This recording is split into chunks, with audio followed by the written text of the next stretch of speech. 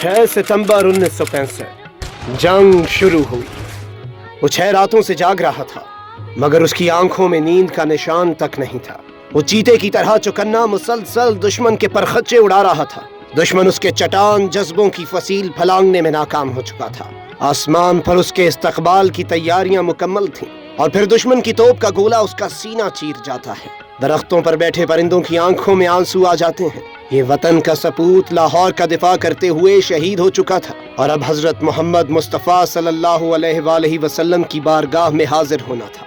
Major राजा अजीज भट्टी 6 अगस्त 1928 को Hong Kong में पैदा हुए और 12 सितंबर 1965 की सुबह जामे शहादत नोश फरमाया। राजा अजीज भट्टी को उनकी बहादुरी पर पाक फौज का सबसे बड़ा अवार्ड निशान हैदर दिया गया, और आप ये एजाज हासिल करने वाले तीसरे सपूत थे।